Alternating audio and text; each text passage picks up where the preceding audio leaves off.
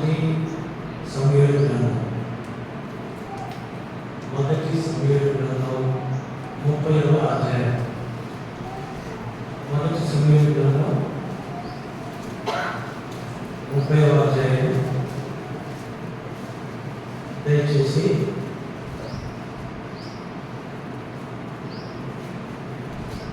పంతొమ్మిది నుండి 25 వరకు. మొదటి సమూయేలు గ్రంథం 30వ అధ్యాయం 19 నుండి 25 వరకు మార్చి కుమారుడేమి కుమార్తెలేమి ఓటు సొమ్మేమి వారు ఎత్తుకొని పోయిన దాని అంతటిలో కొద్దిదేమి గొప్పదేమి ఏది తక్కువ కాకుండా దావీదు సమస్తమును రక్షించెను.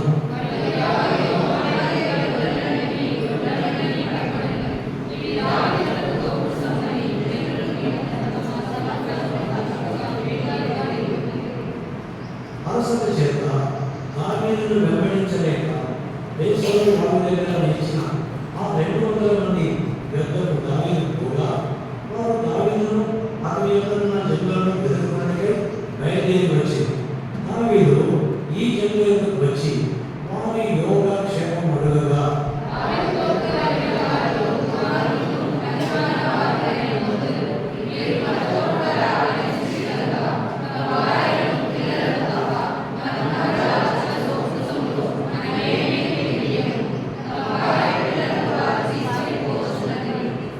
అందుకు దావీదు వారితో చెప్పాను, నా సహోదరులారా, యెహోవా మనల్ని కాపాడి మన ఇంటికి వచ్చిన ఈ దండను మనకు అప్పగించి మనకు దయచేసిన దాని విషయంలో మీరు ఆలోచన చేయకూడదు.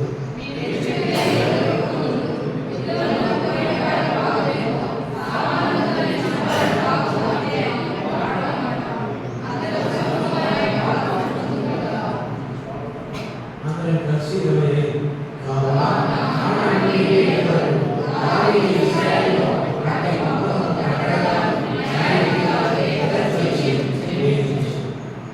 వాక్య సహాయం కొరకే చిన్న ప్రార్థన చేస్తున్నాం.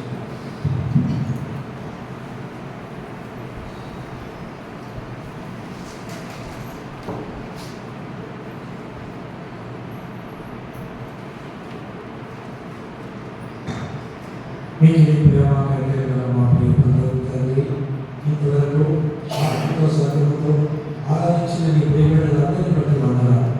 సమయం లేక మౌనంగా ఆరాధించిన బిడ్డలపై రాసుకుంటున్నారు. మా దేవ, కేవలం మేము ఏమైనా మీ దయ ఇచ్చేటప్పుడు అందుకు ప్రకటిస్తున్నాను.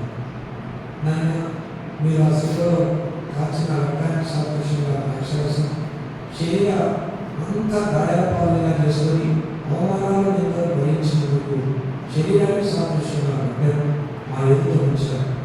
ఆ యొక్క బలలో మేము యోగ్యంగా చేయడానికి సహాయం చేయాలి. వాక్యం ద్వారా మాకు మాట్లాడి మా హృదయాలను సిద్ధపరచండి. ఎవరైతే ఈ భోజనం ద్వారా సహవాసం లేదు వారితో కూడా మీరు మాట్లాడండి.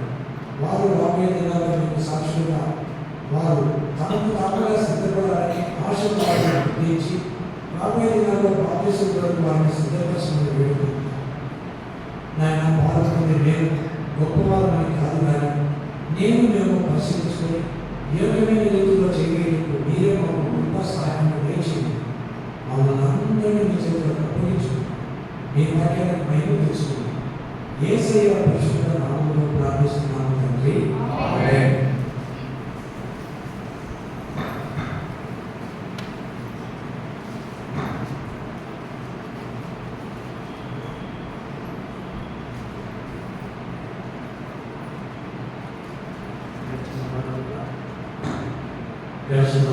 మనము సామాజిక వార్త మరియు రెండవ వాగ్దానంగా ధ్యానిస్తూ వస్తున్నాం. 30వ తారీఖున 19 చెప్పండి. కుమార్తెలేమి దోపుడు సొమ్మేమి వారు ఎత్తుకొని పోయిన దాని అంతటిలో కొద్దిదేమి గొప్పదేమి ఏది తక్కువ కాకుండా దావీదు సమస్తమును రక్షించారు. కాబట్టి దావీదు దేవుని యొక్క చిత్రంలో దైవ కృపలో ఎదుగుతూ వచ్చాడు. అయితే దావీదు దేవుడిని ఎంతగా ప్రేమించాడో దేవుడు కూడా దావీదును అంతకంటే ముందు ప్రారంభంలో ఆయనే మనల్ని ప్రేమిస్తూ వచ్చాడు. ఎట్లా ప్రేమిస్తూ వచ్చాడు?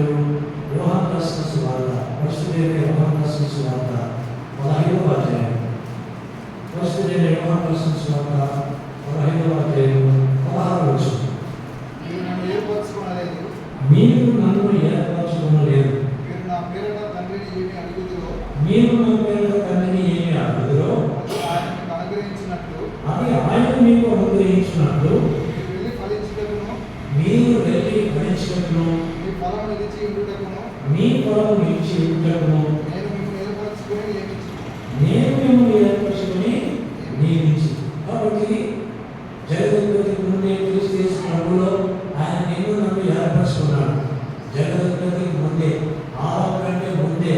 అయితే నీవు నేను ఏ సంవత్సరాల్లో దేవుని సన్నిధికి రావాలో ఆ సంవత్సరాల్లో నిన్ను నన్ను జన్మింపజేసి ఆ తర్వాత నీవు నాకు ఆయన ఎంతో దీర్ఘశక్తంతో ఆయన నిరీక్షిస్తూ వచ్చాడు. నువ్వు ఎదురాడినప్పుడు, వ్యతిరేకంగా ఉన్నప్పుడు నీ తల్లిదండ్రులు నీకు ఎంత క్షమిస్తూ వచ్చారో నీ పరలోక తండ్రి అంతకంటే ఎక్కువగా నిన్ను ప్రేమిస్తూ వచ్చాడు. కాబట్టి దావీదు జీవితాన్ని మనకు వర్తింపు చేసుకుని మనము మన జీవితాలను సరి చేసుకునే దానికి ఈ వాక్యాన్ని దేవుడు మనకు పరిశుద్ధ గ్రంథంలో రాయించాడు. ఇప్పుడు దావీదు తన జీవితంలో సమస్తాన్ని రక్షించను. దేవుని యొక్క కృప లేకుండా దావీదు రక్షించి ఉండేవాడు కాదు.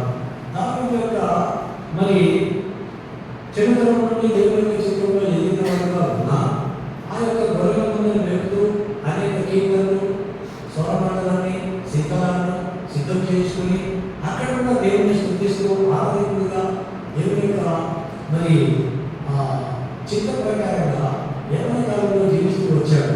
తల్లిదండ్రుల చేత దూరంగా ఉన్న, అన్నదమ్ములందరికీ దూరంగా ఉన్న దావీదును దేవుడు ప్రేమించాడు. దేవుడు కూడా దావీదును ఏర్పరచుకున్నాడు. కాబట్టి నా ప్రియ సహోదర సహోదరి, నేను విశ్వాస జీవితంలో మరి దావీదు యొక్క జీవితంలో ఎదుగుతూ వచ్చినప్పుడు ఎప్పుడైతే సౌలు దేవునికి వ్యతిరేకంగా ఆజ్ఞను అతిక్రమించాడు, ఆది కాలం నుండి కూడా పరిశుద్ధ గ్రంథంలో ప్రతి కుటుంబము మొట్టమొదటి కుటుంబమైన ఆదాము దగ్గర నుండి ఆ తర్వాత కుటుంబంగా చేర్చబడిన ప్రతి ఒక్కరూ మొదటి కుటుంబాన్ని జీవిత భాగస్వామిని ఎవరు చేశారు? తండ్రి దేవుడి ఆరాధన నుండి అమ్మను సిద్ధపరిచారు. మరి ఆదాము దగ్గర తీసుకొచ్చినప్పుడు ఆదాము చెప్పాడు, నా రక్తం నుండి తీయబడింది. కాబట్టి ఆ రీతిగా కుటుంబాలు ఏర్పరచుకుంటూ వచ్చాయి. ఆ కుటుంబాలకు ప్రతి కుటుంబం కూడా దేవుడు ప్రతి ఒక్కరికి సత్యమే తెలియజేశాడు. ఏం తెలియజేశాడు సత్యం? రండి ఆదికాండం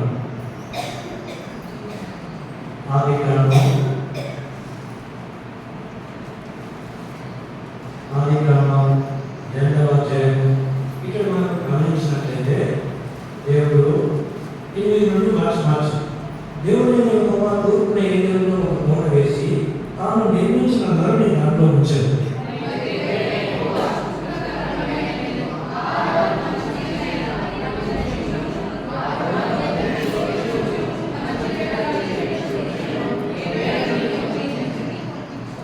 మరియు ఆ తోటను పడుకును ఏరియాలో నుండి ఒక నది బయలుదేరి అక్కడ నుండి చెడిపోయి 4 శాఖలాయి.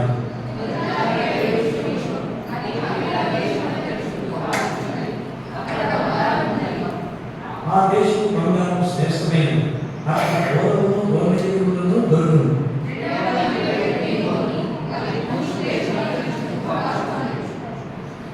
మూడవ నది పేరు ఇదికే, అది అషూరు తూర్పు వైపున పారుచున్నది. 4వ నది యూఫ్రటీస్.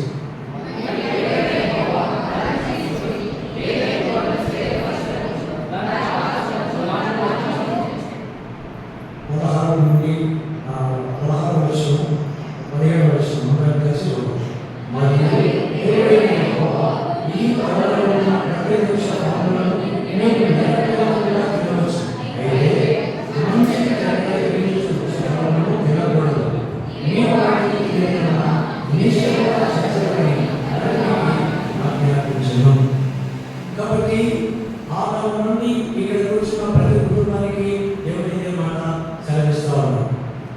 ఆ తోటలో ప్రతి వృక్ష ఫలాన్ని నిరభ్యంతరంగా తినవచ్చు. అయితే మంచి చెడ్డ తెలివించే వృక్ష ఫలాన్ని తినకూడదు. జీవవృక్ష ఫలాన్ని తినకూడదని దేవుడు చెప్పిన వాక్యంలో ఏం రాయకుండా ఇక్కడ ఏమన్నా ఫలాల్లో ఈ తోటలో ప్రతి వృక్ష ఫలంలో నిరభ్యంతరంగా తినవచ్చును. అయితే మంచి చెడ్డలు తెలివించే వృక్ష ఫలాలను తినకూడదు. నిశ్చయంగా చచ్చని నరునికి ఆజ్ఞాపించి. కాబట్టి జీవించే ఫలాన్ని గురించి మర్మంగా వచ్చాను, గోప్యంగా వచ్చాను. నా ప్రియ సహోదరుడా, నిరంతరంగా తిరగవచ్చు అనే చెట్లలో ఒక్క మంచి చెడ్డ వృక్షఫలం తప్ప జీవవృక్షఫలం కూడా ఆ తోట చెట్లలో ఉంది. అయితే జీవవృక్షఫలాన్ని వెతికేవారెవరు, కనుగొనేవారెవరు చెప్పండి?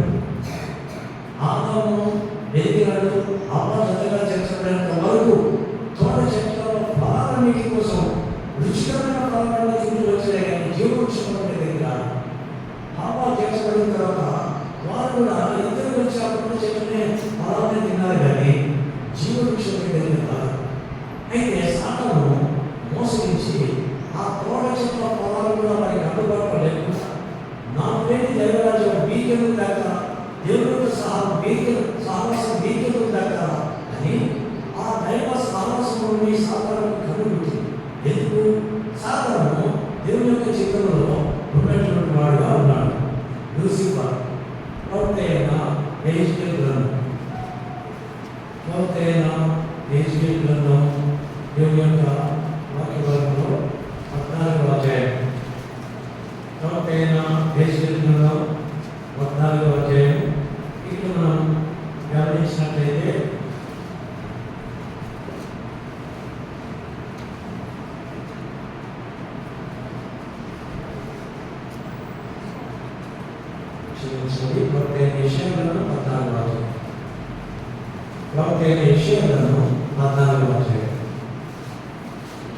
ఇక్కడ మనం గమనించినట్లయితే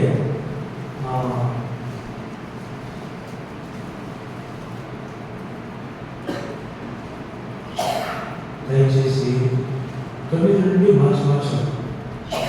ప్రవక్తైన యెషయా గ్రంథం 14వ అధ్యాయం 9 నుండి, నీవు ప్రవేశించుచుండగానే నిన్ను ఎదుర్కొంటే క్రింద పాతాళం నీ విషయమై కలవరపడుచున్నది, అది నిన్ను చూసి ప్రేతలను రేపుచున్నది.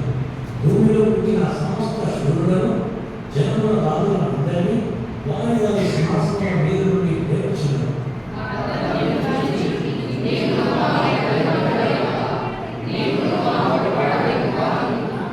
నీ మార్గము, నీ స్వరమండల మండలముల స్వరము పాతాళములో పడవేయబడేను. నీ క్రింద ఊరు వ్యాపించు, కీటకములు నేను కప్పును.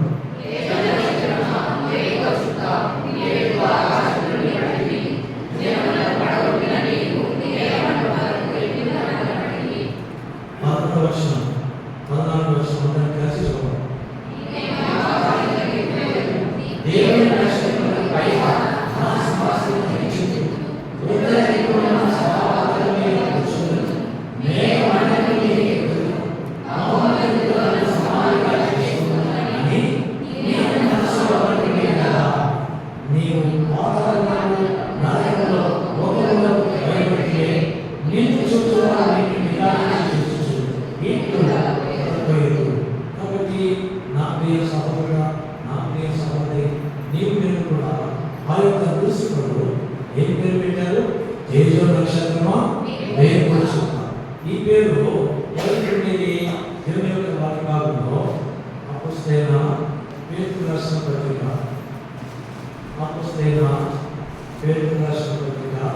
దేవుని యొక్క వాక్య భాగంలో 2వ పత్రిక, పేతురు రాసిన 2వ పత్రిక 1వ అధ్యాయం 19వ వచనం. మరియు ఇంతకంటే స్థిరమైన ప్రవచన వాక్యం మనకున్నది. పిల్లవారి వేకోచుట మీ హృదయములలో ఉదయించు వరకు ఆ వాక్యము చీకటి గల చోటును వెలిగించు దీపమైనట్టు. కాబట్టి ఈ యొక్క వేకోచుట ప్రభువైన యేసుక్రీస్తు వారిని గురించి సూచిస్తా ఉంది. చదవండి. దాని ఎందుకు మీరు రక్షణ ఇచ్చిన ఎడల మీకు మేలు. తర్వాత 17వ వచనం.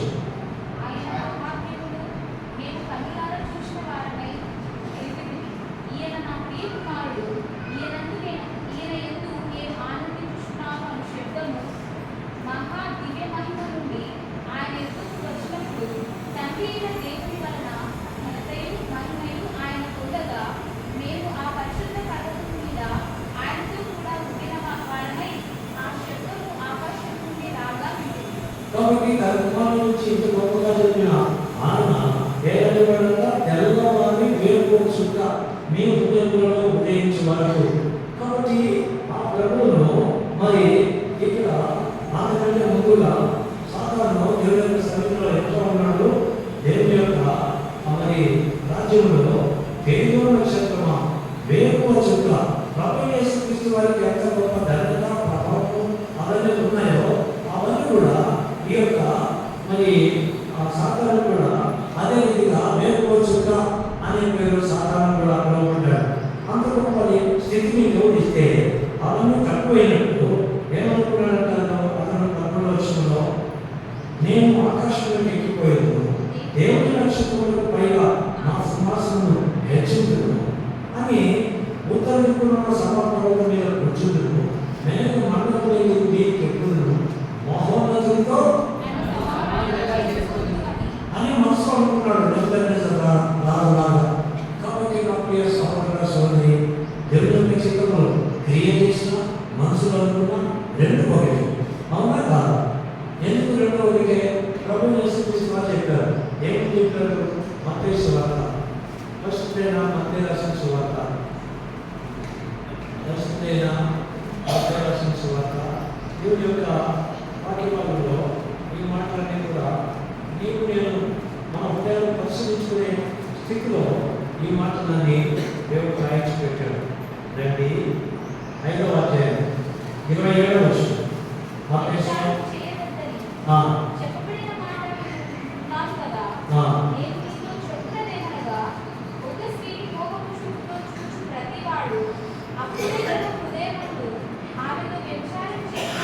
కాబట్టి మనసులో ఏమంటాడుకుంటావో ఏం కలుస్తావో అవన్నీ దేవుని దృష్టిలో ఆపాలి. క్రియ ఇంకా రాకుండే.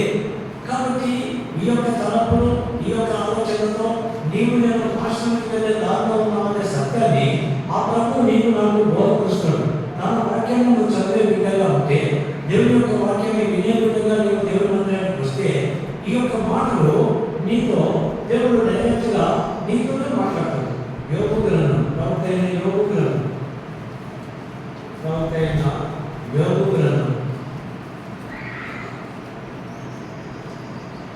11వ అధ్యాయం 11వ వచనం. పనికి మాలిన వారెవరో ఆయనే ఎరుగును కదా. పరిశీలన చేయకే పాపము ఎక్కడ జరుగుచున్నదో ఆయనే తెలుసుకున్నాడు కదా. అయితే అడవి గాడిద పిల్ల నరుడై పుట్టిన నాటికి కానీ బుద్ధిహీనుడు వివేకి కాడు. కాబట్టి బుద్ధిహీనులకు వివేకవంతులైతాడు. అడవి గాడిద పిల్ల నరుడుగా పుడుతుందా? అదే అసాధ్యము. అదే రీతిగా మరి బుద్ధిహీనుడు వివేకి కావడం కూడా అంతే అసాధ్యం. అయితే మరి ఏం చేయాలి మనము? 11వ వచనం.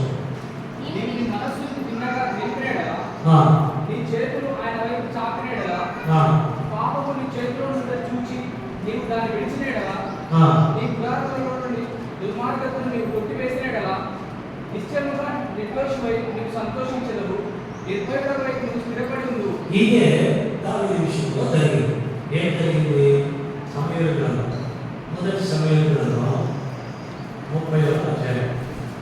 మొదటి సమూయేలు గ్రంథం దానికి ముందు 29వ వచనం. 29వ అధ్యాయము 29వ అధ్యాయం 6వ వచనం. కాబట్టి ఆశించు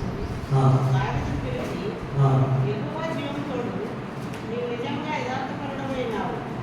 గంటలో నీవు నాతో కూడా సంచరించుట నా దృష్టికి ఇష్టమే. నీవు నా ఎద్దకు వచ్చిన దినం నుండి నేటి వరకు నీ ఎంత ఏ దోషము నాకు కలవడలేదు, కానీ సర్దారులు నీ ఎంత ఇష్టం లేదైనాడు.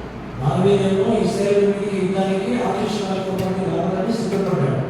అయితే ఫిలిష్తీయులు దావీదును ఎందుకు ఆటంకం వచ్చారు? 4వ వచనం 29:4. అతని మీద కోపపడి ఈ మనుషుడు నీవు నిర్ణయించిన స్థలములకు తిరిగి పోలేము, అతడు మనతో కలిసి యుద్ధంలోకి రాకూడదు, యుద్ధమందు అతడు మనకు విరోధి అవుతాము, దేని చేత అతను తన యజమానితో సమాధానపడదు, మన వారి పిల్లలను చేయించి తీసుకొని పోవడం చేతనే కదా తన యజమానుడితో సమాధానపడదు.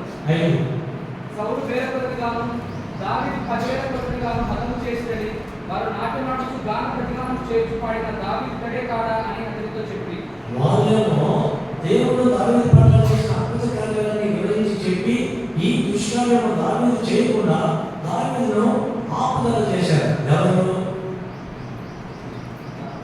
ఏమో మేము ఆ కాలంలో నేను అడ్డగించాను అంటారా? ఎవరు అడ్డగించింది? ఫిలిస్తీన్ల సర్దారు వారు అడ్డగించారు. సౌలు 1,000 మంది, దావీదు 10,000 మంది హతం చేశారని ఎవరి గురించి చెప్పలేదో అక్కడే కదా ఈ దావీదు. ఈ దావీదు మొత్తం కూడా యుద్ధానికి రావడం. ఎందుకంటే యుద్ధంలో అతను తన సహోదరుల పక్షంగా తిరిగి మన తరం తెగవేసుకొని గొర్రెల తరం తెగేసుకుంటున్నాడు. అతని రాముడు వెంటనే పంపించేసి దావీదు హృదయం ఏముంది? సౌలు నన్ను ఇంతగా కష్టపెట్టాడు, ఇంతగా అయిపోయింది, ఇప్పుడు కదా సమయం వచ్చింది, నా సహోదరులు వారందరూ కక్ష తెచ్చుకుంటారు. ఇంతకుముందు గొర్రెల తలం నాయక, ఫిలిస్తీన్ల తలం నాయక, ఇప్పుడు ఆ ప్రవచన చెప్పినట్టు నేను యెహోవా పేరట మీదికి వస్తున్నా, ఫిలిస్తీన్ల శవాలు ఆకాశ పక్షులకు ఈ దినమున నేను వేస్తా అని చెప్పి చేసిన ఆ వీరుడు ఇప్పుడు తన సహోదరుల యుద్ధానికి బయలుదేరాడు. ఆ తర్వాత సహోదరుల తలను తెగవేసి ఆకర్షణలో నేను నేలైతా, నా స్వయం నా హృదయంలో నన్ను కష్టపెట్టిన రాజు, ఆ రాజు సహోదరులు వారందరినీ నేను చంపేస్తా అని సిద్ధపడి ఆగిపోతే ఆ సర్దారు ఇతడు నిజాధిపతుడు, ఆ రాజ్యానికి నమ్మదగిన సైనికుడు, శతాధిపతి, సహస్రాధిపతి, ఆ రాజ్యానికి కావాల్సిన రాజుగా ఇతని మీదకు మనం లేదా వ్యక్తి పరిస్థితుల్లో ఇతను మనతో రావద్దు. దేవుని యొక్క కార్యాలు వాళ్ళు పోగొడుతూ ఉన్నారు. దానిదైతే ఆ హృదయ ప్రేరణను బట్టి దేవునితో నిర్ణయం చేయకుండా, దేవుని దగ్గర సమాధానం పడకుండా, ఆయన అడగకుండా తన సొంత నిర్ణయాన్ని తీసుకుని ఆ కిష్టాలను సంతోషపరచాలి. ఒకటి. రెండవది తన యొక్క సౌలు మీద కక్ష తీర్చుకోవాలనేది రెండవది. ఈ రెండు విషయాల్లో శత్రువులు దావీదును అడ్డగించారు. శత్రువులు దావీదును అడ్డగించడానికి చేసింది ఎవరు? అది కూడా మనం తెలియదు. దేవుడు చేశాడు. శత్రువు గుండెలను గుర్తించాడు. దావీదు ఇతను సామాన్యుడా వద్దు, ఇతను మా దగ్గరికి రానియద్దు, మనతో ఉంటే మధ్యలో సౌలు రాజుతో సమాధానం పడాలని మధ్యలో మనకు వ్యతిరేక మన తల మాట్లాడాలని ఎవరు చెప్పగలడు? ఆ యొక్క ఇశ్రాయేలీయుడు మన గొర్రెలను చంపగలిగిన బాల్యకాలంలో ఇప్పుడు యుద్ధంలో ప్రవీణుడు అయిపోయాడు. ఇంకా ఇప్పుడు 5 నిమిషాలు ఎంతమంది తలను తెగవేస్తారో. కాబట్టి దావీదును నామని నా ప్రియ సహోదరుడు, నా ప్రియ సహోదరుడు, నీవు నేను ఎదుగుతున్నాను సాటి సహోదరుల మీద అసూయ, ఈర్ష్య, ద్వేషం ఒకవేళ వారి ద్వారా నీకు నష్టం కలిగిండొచ్చు. సౌలు ద్వారా దావీదుకు నష్టం కలిగింది, నష్టమే. రాజ్యాన్ని వదిలిపెట్టి పారిపోవాల్సి వచ్చింది. భార్య మీకలను వదిలిపెట్టి పారిపోవాల్సి వచ్చింది. అంతేకాదు తన గొప్ప స్నేహితుడు, ఎలాంటి స్నేహితుడు? మొదటి సమయం గ్రంథం 18వ అధ్యాయం, మొదటి సమయం గ్రంథం 18వ అధ్యాయం 5 వర్షాలు మార్చి దావీదు సౌలుతో మాట్లాడటం సాధించినప్పుడు యోనాతాను హృదయం దావీదు హృదయంలో కలిసిపోయింది. యోనాతాను దావీదును తన ప్రాణ స్నేహితుడిగా భావించుకుని అతనిని ప్రేమించాడు.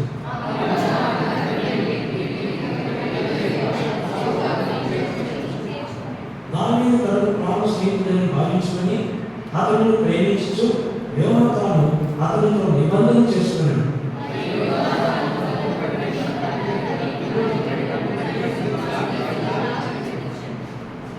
అందరం కలిసి దావీదు సౌలు తనకు పంపిన చోటకి పోయి సుబుద్ధి కలిగి పని చేసుకుని వచ్చిన విధంగా సౌలు యోధుల మీద అతన్ని నియమించింది. జనులందరి దృష్టిని, సౌలు సేవకుల దృష్టిని దావీదు అనుకూలంగా ఉండేను. కాబట్టి నా ప్రియ సహోదరుడ, సహోదరి, నీ నా విశ్వాస జీవితంలో ఆ తండ్రి దావీదును ప్రేమించాడు.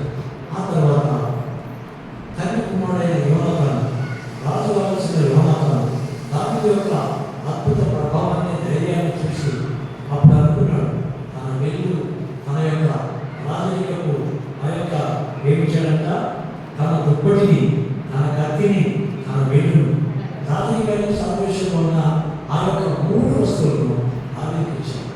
నీవే యోగ్యుడు. ఆ గొర్రెలను చెప్పడానికి నేను వెళ్ళాలనుకున్న నా తల్లి నాకు అనుమతి ఇయ్యదు. అయితే నేను అంత వీరత్వం నాకు ఉందో లేదో ఎవరికి తెలుసు. అయితే నీవు ఆ కార్యాన్ని చేస్తావు కాబట్టి నువ్వు నా ప్రియ స్నేహితుడు. నాకంటే గొప్ప కార్యం నువ్వు చేసావు కాబట్టి నువ్వు నా ప్రియ స్నేహితుడు. ఆ రీతిగా సాటి సహోదరుని ప్రేమించేవారిగా మనం ఉన్నామా? రాజకుమారుడు రాజ్యాన్ని ఏలాడు. దావీదు కుమారుడైన సొలొమోను రాజ్యాన్ని ఏలాడు. సొలొమోను కుమారుడైన రెహబాము రాజ్యాన్ని ఏలాడు. సొలొమోను యుద్ధాలు చేయలేదు. తండ్రిని బట్టి రాజ్యానికి వచ్చాడు. సౌలును బట్టి యోనాతాను రాజ్యానికి రావాలి. కానీ యోనాతాను ఏం చేశాడు? తన వెళ్ళు దుప్పటి కట్టి యోగ్యుడు మీరే దావీదును కనపరిచాడు.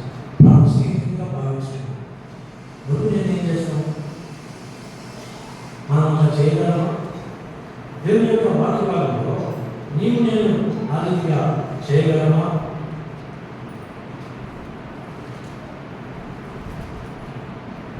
మొదటి సమయం 23వ అధ్యాయం. మన సమయం దగ్గరికి వస్తుంది. ఎక్కడికి వస్తే అక్కడికి కట్ చేసేస్తాం. వాటి 23వ అధ్యాయం త్వరగా దేవుని యొక్క వాక్యాలలో 14వ వచనం. ఇది దావీదు అరణ్యంలోని కొండ స్థలంలో ఎదును జీపు అను అరణ్యంలో ఒక పర్వతమందును నివాసం చేయించుండే. సౌలు అనుదినము అతని వెతికినను దేవుడు సౌలు చేతికి అతన్ని అప్పగించలేదు. దేవుడు సౌలు చేతికి అతన్ని అప్పగించలేదు. ఆ దేవుడు మర్చిపోయాడు దావీదు. తర్వాత 15వ వచనం.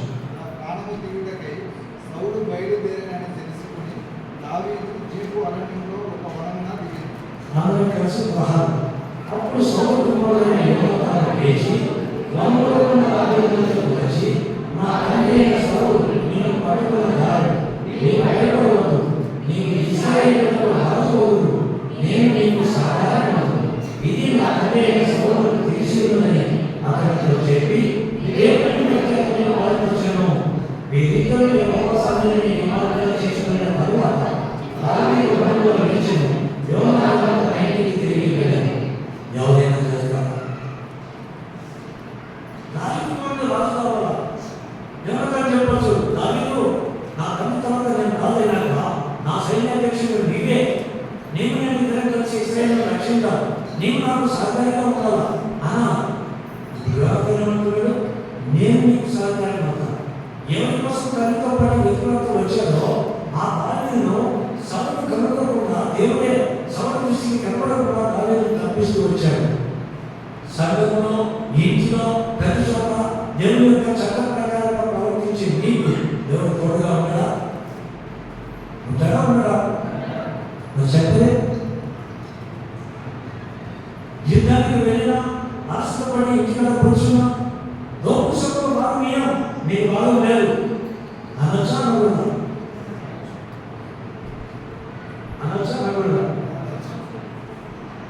యుద్ధంలో బాగా గట్టికి చెప్పాలి. అనొచ్చా అనకూడదా? ఎవరు వస్తుంది? కానీ దావీదు అన్నాడు, ఏమన్నాడు? అలా చెప్పకూడదు, తప్పు. యుద్ధానికి పోయిన వాడు ఎంతో సామాన్య దగ్గర నిలిచిపోయేవాడు కూడా అంతే సమానంగా పరుచుకుంటాడు. ఆ సమానంగా పరుచుకుంటే సంఘంలో కొట్టాలే ఉంటుందా? అందరూ సమానమే. రాజకుమారుడు దావీదు కనపరిచాడు. తన దుప్పటి, రాత్రికాయ గుడ్డు, వెళ్ళు, కత్తి ఇవన్నీ దావీదుకి ఇచ్చేసాడు. దావీదు చెప్పాలని వచ్చిన సైన్యంతో దావీదు దగ్గరికి వచ్చి అతన్ని బలపరిచి, నువ్వు తప్పకుండా ఇశ్రాయేలుగా రాబోతావు. ఒకరిని ఘనంగా హింసిస్తున్నాడు. సమయం అయిపోతుంది. నెక్స్ట్ వీక్ తీసుకుందాం దేవుని యొక్క వాక్యం. మరి ఈ వారానికి ఏంటి? మొట్టమొదటి వారం ప్రారంభించాం. లేదు 9 గంటలకు 9 గంటలకు ప్రారంభించే కాబట్టి ముగింపు ఎప్పుడు ఉండాలా? గట్టి చెప్పాలి. మరి 12 రాస్తుంది. వాక్యం మనం 1 గంట చేస్తే ఎవరికి తప్పు? ఎవరికి తప్పు? చెప్పలే. చెప్పదు తప్పు. నీకు అక్కడికి ప్రయత్నించాం. అక్కడికంటే మూడు పంపేయాలి. మా యొక్క సహోదరులంతా నవ్వుతా ఉన్నారు. కాబట్టి ఆ సమయాన్ని పాటించకపోతే నాకు కాబట్టి ఇప్పటి వరకు చదివిన సందర్భంలో యుద్ధానికి పోయేవారు యుద్ధానికి నిలబడినారు. చేత గొల్లియాతును చంపేటప్పుడు యెహోవాకి మీకు వస్తున్నాను. ఇప్పుడు ఫిలిష్తీయుల ఆకీషులను మంచి చూసుకోవాలని తమ స్వయం హృదయవచనంతో 600 సైన్యాన్ని తీసుకుని వారిని సిద్ధపరిచి సౌలు మీద కక్ష తెచ్చుకోవడానికి, తమ సహోదరుల మీద కక్ష తెచ్చుకోవడానికి అయోధ్యానికి వెళ్తున్నాడు తప్ప మంచిది. మన సహోదరుల మీదకి కథలు తీసుకుని వెళ్దామా అని ప్రేమిద్దాం. Very good. ఇక్కడ చెప్పడం ప్రేమించాలా ప్రేమించాలంటే రైతులే చెప్పకూడదు అయిపోయినా అది ప్రేమ కదా. కాబట్టి దేవుడు తన వాక్యాలు ఉన్నారని నాకేం నేర్పిస్తున్నాడు. ప్రేమ కలిగిన దేవుడు శత్రువులైన ఫిలిష్తీయులకు చెప్పాడు, ఈ యుద్ధానికి రాకూడదు, ఈ కార్యక్రమం చేయకూడదు, చేస్తే దేవరాజ్యాన్ని పోగొట్టుకుంటాడు. శత్రువు ద్వారా దావీదు ఆకర్షణ చెప్తే ఆకర్షణ దేవుడిలో ఉన్నాం భంగపడుతున్న ఆకర్షణ నేను వస్తా అక్కడ ఉండవద్దు, ఇది కదా నా సమయం, నా తరాకట్లో చూపిస్తా. ఏం చూపిస్తాను నేను కదా గురువు సుఖం చేస్తాను. దేవుడు దావీదు అక్కడికి వచ్చేది దేవుడు కనికరించాడు. తర్వాత ఇంటికి వచ్చేటప్పుడు భార్య పిల్లలు సమస్తం పోతే ఎవరైతే వెంబడించారో, ఏ సభాపతి వెంబడించారో వాళ్ళంతా సంపర్కాన్ని వీరే అనుభవి ఎంత గొప్ప కార్యమని, దేవుడి యొక్క హస్తమేమి తోడుగా ఉందని, వీరిని మనం రాజుగా అభిషేకించాలని నాయకుడిగా చేసుకుంటే ఎంత గవర్నమెంట్ మనందరినీ కూడా మన సహోదరుని యుద్ధాన్ని సిద్ధపరిచాడు. దేవుని కృపను బట్టి తప్పించుకున్నాం. అందుకే శాపం మన మీద వచ్చింది. ముందు మీరు కాపాడరా, మీరు జరిపి మనం వెళ్ళాలి.